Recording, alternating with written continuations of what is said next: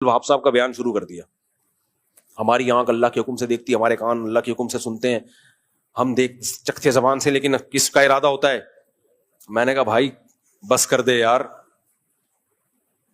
سیدھا سیدھا اس کو موٹا موٹا عقیدہ توحید بتا دے.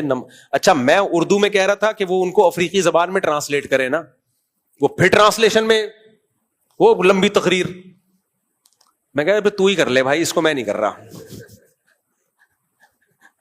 تو اس کو وہ اسلام کے موٹے موٹے عقائد سکھا دو بھائی. اتنی ڈیپ میں جا کے اللہ کے حکم سے ہم دیکھتے ہیں, اللہ کے حکم سے, بھائی اس کو سیدھا سیدھا موٹی موٹی چیزیں, وہ پاگل ہو جائے گا گھر جا کے. میں دیکھ رہا ہوں, یہ میں نہیں دیکھ رہا, یہ میں نہیں دیکھ رہا, اللہ دکھا رہا ہے مجھے. کچھ لوگوں کو وہم ہو جاتا ہے اس میں. ایک صاحب کو میں نے کہہ دیا کہ آپ کو اس دوا سے فائدہ ہوا, کہتے ہیں استغفر اللہ استغفر اللہ, دوا سے نہیں, فائدہ تو اللہ سے ہوتا ہے, دوا تو محض ایک ذریعہ ہے. میں نے کہا تو پورا کھسکے گا بتا رہا ہوں میں, پوری تیر ہل جائے گا پورا بتا رہا ہوں میں. تو سب کو ایک یہ طے شدہ بات ہے یار, اللہ چاہے گا تو دوا سے فائدہ ہوگا, نہیں ہوگا تو نہیں ہوگا. یہ تو مسلمان کے انڈرسٹوڈ ہے, یہ تو طے شدہ بات ہے. بار بار اس کا تذکرہ کرنا تو یہ تو وہمی ہونے کی علامت ہے. تو اتنا زیادہ ایکسٹریم لیول پہ وہمی بننے کی ضرورت نہیں ہے. مسلمان کا پہلے سے طے شدہ عقیدہ ہے. تبھی تو قرآن نے بھی کیا کہا ہے, قرآن بھی غیر ضروری احتیاط کا حکم نہیں دیتا, غیر ضروری احتیاط. اب قرآن ایک جگہ یہ کہتا ہے کہ حلال و حرام کرنا صرف کس کا کام ہے؟ اللہ کا. لما تحرم ما احل اللہ لک, اے نبی جس چیز کو اللہ نے حلال کیا آپ اس کو حرام نہیں کر سکتے. لیکن قرآن دوسری جگہ کہہ رہے ہیں ہم نے نبی کو بھیجا اس لیے کہ اللہ کے وہ عیسیٰ ابن مریم کو اس لیے بھیجا یا دوسرے پیغمبروں کو اس لیے بھیجا کہ وہ جن چیزوں کو انہوں نے حرام کیا ہوا ہے اس کو حلال کر دیں, جس کو حلال کیا ہوا ہے اس کو حرام کر دیں. اب ایک طرف اللہ کہہ رہے حلال حرام میں کرتا ہوں, ایک طرف اللہ کہہ رہے نبی کریں گے. تو واضح بات ہے کہ جب اللہ نے ایک دفعہ بتا دیا کہ میرا اختیار ہے حلال و حرام کرنے کا, تو یہ بات اب طے ہو گئی ہے. اب ہر دفعہ اس کو ریپیٹ کرنے کی ضرورت نہیں ہے. اب اگر اللہ کہہ رہے ہیں کہ نبی حلال کریں گے تو مطلب یہ ہے کہ کریں گے نہیں, کرے گا کون؟ اللہ. لیکن چونکہ اس کی بیان نبی کی زبان سے ہوگا تو اس لیے اس نبی کی طرف نسبت کی جا رہی ہے. تو یہ بلا وجہ کی احتیاطیں قرآن نے بھی نہیں کی ہیں وہمی بنانے کے لیے. کل کیا ہوا ہے, آج بعض لوگ نا ادب تعظیم کے مسئلوں کو اتنا پیچیدہ کر کے بتاتے ہیں, آدمی کہتا ہے بس میں تو بے ادب ہی ہوں. وہ ایک ہسپتال, وہ کل کسی نے مسئلہ پوچھا تھا نا, وہ ہسپتال میں اس بیچارے کا رخ قبلے کی طرف ٹانگے اس کی مریض کی. اب ہسپتالوں میں پورا سیٹ اپ چینج کرنا پڑتا ہے, اس کی وہ پلنگ کو چینج کرنا آسان نہیں ہے. تو مریض کا علاج کرتے ہوئے اس کو ڈر لگ رہا ہے اس کی ٹانگیں کہاں جا رہی ہیں, قبلے کی طرف جا رہی. میں نے کہا بس کر دے میرے بھائی, اگر ٹانگیں قبلے سے ہٹائی نا اور ڈرپیں لگی ہوئی ہوتی ہیں اس کے, کبھی آپریشن تھیٹر میں ہوتا ہے, تو ادب کا تقاضا یہی ہے کہ قبلے کی طرف پاؤں نہ کیے جائیں. لیکن کوئی ضرورت مجبوری ہو تو پھر کوئی مسئلہ, ادب کو مسلط نہیں کر لینا چاہیے اپنے اوپر کہ کچھ بھی زمین آسمان ادھر سے ادھر ہو جائے, بے ادبی نہ ہو. بے ادبی بری چیز ہے, لیکن جہاں ضرورت ہوگی تو وہ بے ادبی کہلاتی نہیں ہے. تمام فقہا لکھتے ہیں کہ مریض آدمی جب بیٹھ کے نماز پڑھے تو اگر ٹانگیں موڑنا اس کے لیے مشکل ہے تو قبلے کی طرف پاؤں کر لے, قبلے کی طرف پاؤں کر کے نماز پڑھے. وہ تو وجہ اس کی ہے کہ ضرورت ہے بھائی. اب وہ قبلے کی طرف گھومے جا رہا ہے, وہ نہیں ہو رہا, تو وہ تو گھٹنا ٹوٹے گا بیچارے کا. خیر, تو کہاں سے کہاں بات چلی گئی, جلدی جلدی بس سمیٹوں. تو بھائی توحید کے معاملے میں ایسا نہیں ہے کہ آپ کو چھوٹ کی اجازت ہو اس میں. دوسرا مسئلہ یہاں اللہ نے یہ بیان کیا, پہلا مسئلہ سمجھ میں آ گیا عقیدہ توحید آج کی صورت میں. دوسرا مسئلہ اللہ نے بتایا کہ جو لوگ بھی اللہ کی آیات میں تحریف کرتے ہیں اور اس کو اصل جگہ سے ہٹاتے ہیں, جو دو طرح کے طبقے کرتے ہیں, ایک بدعتی لوگ, ایک جو سیکولر علماء آج کل آ رہے ہیں مارکیٹ میں, لبرل سیکولر علماء. حضرت عیسیٰ کی حیات کا انکار کر دیا, حالانکہ قرآن کی آیت کا ہمیشہ سے یہی مطلب سمجھا جاتا رہا ہے, سارے صحابہ تابعین تبع تابعین, کہ قرآن جب کہہ رہا ہے وما قتلوہ وما صلبوہ, انہوں نے عیسیٰ کو قتل نہیں کیا نہ سولی پہ لٹکایا, بر رفعہ اللہ الیہ, اللہ کہتے ہیں میں نے اپنی طرف اٹھا لیا. آج ایسے اسکالر مل جائیں گے آپ کو, وہ کہتے ہیں یہاں اٹھانے کا مطلب بلند مرتبہ دے دیا یا ویسے کر دیا یا ایسے کر دیا, اور بڑی لمبی چوڑی افلاطونی تقریریاں. کیونکہ لوگوں کو خود قرآن آتا نہیں ہے تو لوگ ان کے جھانسے میں آ جاتے ہیں. جیسے بنی اسرائیل کے جو جاہل جو تحریف کرنے والے علماء تھے نا, پبلک ان کے جھانسے میں آ رہی تھی نا, تبھی تو اللہ نے کہا کہ ان کی یہ پیٹ میں آگ کے انگارے ڈال رہے ہیں. کیونکہ پبلک ان سے متاثر ہو رہی تھی. تو صرف پبلک کا متاثر ہونا کسی شخصیت سے یہ اس کی دلیل نہیں ہوتی کہ یہ برحق عالم ہے. آپ کا علم اسلاف تابعین تبع تابعین سے میچ کرنا چاہیے, کیونکہ اس زمانے کے لوگوں کی نبی نے گواہی دی ہے. حضرت ابو ہریرہ سے صحیح بخاری میں ہے کہ عیسیٰ ابن مریم قرب قیامت میں نازل ہوں گے, اور آپ نے قرآن کی آیت دلیل کے طور پہ پڑھی ہے. یہ بخاری کی حدیث آپ کے سامنے پیش کر رہا ہوں. فرمایا اگر تم چاہو تو قرآن کی آیت پڑھو. حضرت عیسیٰ نے یہ بیان کیا, پہلے نبی کی حدیث بیان کی کہ عیسیٰ ابن مریم قرب قیامت میں نازل ہوں گے. آج پروفیسر غامدی صاحب نے حضرت عیسیٰ کے نزول کا بولو انکار کر دیا اور آیتوں کو گھمایا پھرایا. یا توفا کا یہ مطلب ہے, تو یہ تو اب لوگوں کو قرآن آتا نہیں ہے تو متاثر ہو جاتے ہیں وہ. اچھا پھر گڑبڑ پتہ ہے کیا ہوتی ہے, جب ہم ان مسائل پہ شدت سے رد کرتے ہیں تو لوگ کہتے ہیں دیکھو غامدی صاحب کتنے آرام سے رد کرتے ہیں اور یہ مولانا صاحب کتنے غصے میں رد کرتے ہیں. فروعی مسائل جو اختلافی ہو نا امت میں, ان میں شدت سے رد کرنا جائز نہیں ہے. ان میں دلائل دونوں طرف ہوتے ہیں, لیکن جب مسئلہ اجماعی ہوگا نا تو چونکہ دین سے علماء کو محبت ہے, ان کو لگتا ہے کہ یہ تو اتفاقی مسائل میں تحریف ہو رہی ہے, تو ان کا غصہ آنا بد اخلاقی نہیں ہے بلکہ غیرت اور حمیت کا تقاضا ہے. کہ یار اتنے بڑے بڑے مسائل کو آپ نے پینا شروع کر دیا. ہر جگہ خوش اخلاق نہیں ہوتے, غیرت کی کمی کی وجہ سے بھی بعض دفعہ آدمی کے اخلاق اچھے ہو جاتے ہیں. دیکھو کوئی شخص آیا, آپ کی چپل آپ کی اجازت کے بغیر پہن کے دکان چلا گیا, واپس آیا, آپ ایک دم آگ بگولا ہو گئے, بد اخلاق ہو. یار غلطی ہو گئی, سوری بھی کر رہا ہے, چھوڑ دو. یہاں آپ کے لال پیلے نیلے ہونا کس کی علامت ہے؟ اور ایک دفعہ ہوا ہے تو یار اتنا غصہ نہیں ہے, یار تمہارا دوست ہی ہے. لیکن چپل استعمال کی, اللہ نہ کرے نامناسب مثال ہے, بیگم استعمال کر لی, استغفر اللہ, بیگم لے کے چلا گیا, آپ کا دوست نے آپ کے ساتھ خیانت کی اور بیگم سے ٹاکرا لگا کے بیگم کو بھگا کے چلا گیا. 1 مہینے بعد پکڑا گیا اور سوری کر رہا ہے. آپ کہو گے کوئی بات نہیں یار, میں خوش اخلاق آدمی ہوں, ٹھیک ہے آپ نے سوری کی, مجھے اچھا لگا, نائس ٹو میٹ یو, اپنا خیال رکھیے گا. یہاں اخلاق نہیں, یہ کیا ہے؟ یہ غیرت ختم. تو علماء چونکہ دین کا علم جانتے ہیں, قرآن و سنت کو جانتے ہیں, ان کو پتا ہے کہ کس مسئلے میں اختلاف کی گنجائش شریعت نے رکھی ہے. رفع الیدین ہو گیا, زور سے آمین آہست, ان میں ایکسائٹڈ ہونا ٹھیک نہیں ہے. اور کچھ مسئلے ایسے ہیں جو بھائی واضح متفقون علیہ احادیث ہیں, اجماعی عقیدے صدیوں سے چلے آ رہے ہیں, اس میں یہ نہیں ہوگا کہ کوئی بھی اٹھ کے دائیں بائیں کر لے قرآن کی آیت کو اور ہم کہ ایکچولی اس میں ان اسکالر کا اختلاف ہے. بھائی آپ کو حق کس نے دیا اختلاف کرنے کا؟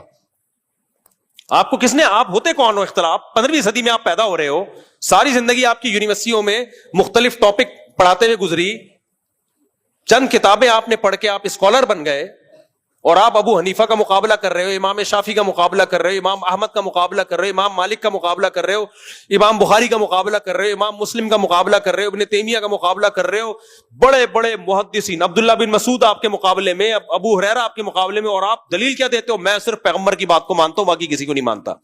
اس کا مطلب یہ سارے کس کا کلمہ پڑھتے تھے پھر یہ, اور پیغمبر کی بھی نہیں مان رہے ہوتے, اصل میں وہ بھی اپنی طرف سے تشریح کر رہے ہوتے ہیں. تو اس لیے ایسے موقع پہ کسی عالم کا جذباتی ہو جانا یہ بد اخلاقی نہیں ہے, بلکہ یہ کیا ہے؟ غیرت. میں آپ کو ایک بخاری سے ایک مثال دیتا ہوں. غالباً ابو مسعود انصاری تھے یا عبداللہ بن مسعود تھے, ان کے سامنے کسی نے بتایا کہ موسیٰ علیہ السلام جس کا قرآن میں تذکرہ ہے نا, جو خضر علیہ السلام کے پاس گئے تھے, یہ وہ والے موسیٰ نہیں تھے جو بنی اسرائیل کے تھے, یہ کوئی اور موسیٰ تھے. تو پتہ ہے حضرت عبداللہ بن مسعود نے جواب کیا دیا؟ کذب عدو اللہ, اللہ کے دشمن نے جھوٹ بولا ہے. وہاں بھی کہہ سکتے ہیں بھائی ایک آدمی نے دوسری تفسیر کی آیت کی, تو ایکچولی آپ اعتدال سے بھی تو اس اختلاف کو بیان کر سکتے ہیں, کہہ سکتے تھے نا. نہیں آئی بات میرا خیال ہے. لیکن وہاں ابو مسعود تھے یا عبداللہ بن مسعود تھے, غضبناک ہو گئے. کیوں بھائی؟ اتنی واضح آیت ہے, موسیٰ علیہ السلام, قرآن میں جگہ جگہ موسیٰ, جگہ جگہ موسیٰ, اور بخاری کی حدیث پھر انہوں نے پیش کی کہ نبی نے پورا یہ واقعہ بیان کیا ہے, تو بغیر دلیل کے آپ نے اس موسیٰ سے کوئی اور موسیٰ مراد لے لیا. تو کتنا غصہ آیا, کیا فرمایا؟ کذب عدو اللہ, اللہ کے دشمن نے جھوٹ بولا ہے. حالانکہ وہ تھے مسلمان جنہوں نے یہ بولا تھا, بغیر دلیل کے اتنی بڑی بات قرآن کی طرف کیوں منسوب کر دی؟ اس پہ غصہ آیا اور کیا کہا؟ کذبا عدو اللہ، اللہ کے دشمن نے جھوٹ بولا ہے. کتنے سخت الفاظ. تو آپ کیا کہو گے؟ عبداللہ بن مسعود بد اخلاق تھے معاذ اللہ، یا ابو مسعود انصاری تھے، یا عبداللہ بن مسعود میرے ذہن سے نکل گیا. یہ صحابی بد اخلاق تھے معاذ اللہ. غیرت. بھئی اس طرح سے ہم لوگوں کو تفسیریں کرنے دے دیں کہ کچھ بھی اڑا کے کہیں لگا دو، تو اس پہ تھوڑا ریئیکشن، مضبوط ریئیکشن کرنا پڑتا ہے. اس طرح جو پروفیسر غامدی صاحب اتنے میٹھے بن کے بیڑا ہی غرق کر دیا نا مسائل کا، سود، خالصتاً سود کو بھی حلال قرار دیا ہے، خالصتاً سود کو. ایک تقریر میں ان کی سن رہا تھا کہ کرنسی کے بدلے میں جب آپ دیتے ہیں نا، اس کی ایک قسم ایسی جو 100% متفقون علیہ سود ہے، اس کے جواز کا ایک لاجک پیش کر کے فتویٰ دے دیا. خیر، تو حضرت عیسیٰ کی حیات کا انکار کر دیا وغیرہ وغیرہ. تو یہ وہ تحریف ہے میرے بھائی جس پہ بہت سخت سزا ملنے کا خطرہ ہے. رمضان کا روزہ اسلام کا رکن ہے. یہ جو ہم رمضان کے روزے رکھتے ہیں یہ ارکان اسلام میں سے ہے، اس کے بغیر اسلام کمپلیٹ نہیں ہوتا.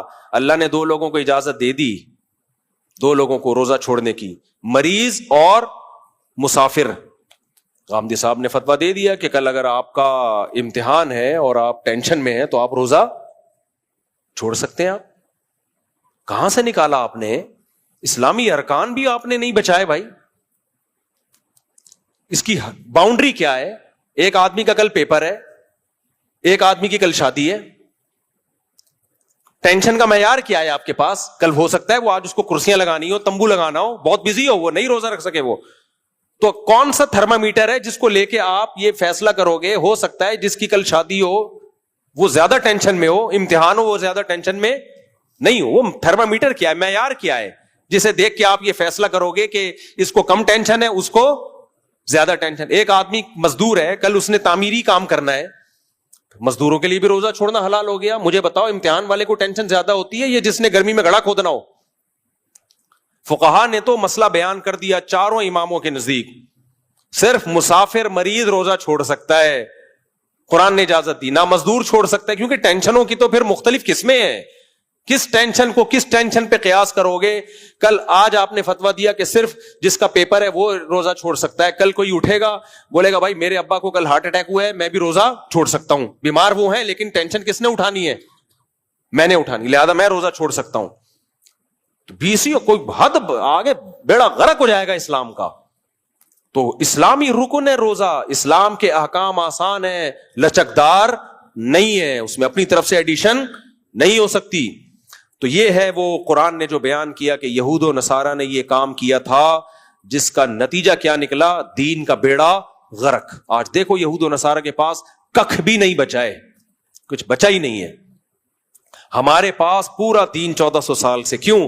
فقہائے کرام نے اس کو کتابوں میں مدون کر دیا صدیوں پہلے، تاکہ اپنی طرف سے کوئی قرآن و سنت کی تشریح نہ کرے. لوگ کریں تو کتاب میں تلاش کریں، کتاب میں تلاش کریں کہ قدیم فقہا نے لکھا ہے کہ نہیں لکھا. تو جو ان قدیم فقہا سے ہٹے گا دین میں تحریف کا ذریعہ بن جائے گا. اسی سے یہ بھی ثابت ہو گیا کہ ابھی جو ایک مولانا صاحب کا کلپ آیا ہے کہ یہ لوگ کہتے ہیں شب برات کا حلوہ کتاب میں دکھاؤ. ہم کہتے ہیں نا قدیم فقہا نے کوئی لکھا ہے قرآن و سنت سے اخذ کیا ہو، تو کہتے ہیں حلوہ کتاب میں نہیں ہوتا، حلوہ پلیٹ میں ہوتا ہے. کہہ رہے تم کتاب میں تلاش کرو، ہم پلیٹ میں تلاش کر رہے ہیں. تم کھاؤ کتاب سے، نہیں ملے گا تھک جاؤ گے، ہم کھائیں گے کس سے؟ وہ کہہ رہے یہ کہ عجیب لوگ ہیں، کہتے ہیں کہ شب برات کا حلوہ کتاب میں دکھاؤ. کتاب میں تھوڑی ہے، حلوہ کہاں ملے گا؟ پلیٹ میں ملے گا. تو یہ بھی بہت اہم آیت تھی. آج سارا وقت اسی پہ لگ گیا کہ اللہ نے یہودیوں کی اور نصارہ کی 2 باتیں بیان کی ہیں. 2 جگہ یہ اس آیت آئی ہے کہ جو ان آیتوں کو چھپاتے ہیں یا غلط تشریح کرتے ہیں، اللہ نے فرمایا اولئک یلعنہم اللہ، ان پر اللہ کی بھی لعنت اور لعنت کرنے والوں کی بھی ان پر لعنت. حقیقت یہ ہے کہ لعنت کرنے کا ہی دل کرتا ہے ایسے لوگوں پہ جو ایسی تحریفات کر رہے ہوتے ہیں. لعنت کرنے کا دل کرتا ہے ان لوگوں کے اوپر. تو ایسی تحریفات سے اللہ ہمیں بچائے. تو آج وقت کافی زیادہ ہو گیا، پہلا دن تھا، تو کل سے ہم انشاءاللہ پھر فوکس کریں گے تفسیر کو. چونکہ یہ توحید ہے نا، توحید اس کو تھوڑا سا ایکسپلین کرنا تھوڑا ضروری تھا.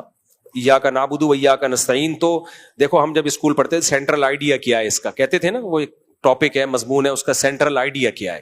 اگر آپ کو سینٹرل آئیڈیا ہی سمجھ میں نہیں آیا تو کوئی فائدہ نہیں ہے. تو سینٹرل آئیڈیا کے گرد پورا ٹاپک مضمون گھومتا ہے. تو قرآن کا بھی ایک سینٹرل آئیڈیا ہے, پورا قرآن اسی کے گرد گھومتا ہے. وہ سینٹرل آئیڈیا ہی یہی ہے, ایاک نعبد و ایاک نستعین. اس میں ہم دو قوموں سے بچ جاتے ہیں, ایک خدا کے انکار کرنے والوں سے بھی, کہ ہم انکار کرنے والوں میں نہیں ہیں, اور ہم مشرکین میں سے بھی نہیں ہیں. اللہ کہتے ہیں وما یؤمن اکثرهم باللہ الا وهم مشرکون, بہت سے لوگ جو اللہ پہ ایمان لاتے ہیں شرک کے ساتھ. تو ہم نے اپنے آپ کو ان دونوں طبقوں سے بچانا ہے. بھائی ہم خدا کے منکر بھی نہیں ہیں, اور مانتے بھی صرف کس کو ہیں, ایک کو, اور صرف زبان سے نہیں مانتے, وہ تو مشرک بھی زبان سے مانتے تھے, اب بھی مشرک زبان سے مانتے ہیں کہ ایک ہی ہے, عملی طور پر بھی کہ عبادت صرف اسی کی کرتے ہیں. یہ سینٹرل آئیڈیا آپ کی کھوپڑی شریف میں بیٹھنا بہت ضروری تھا.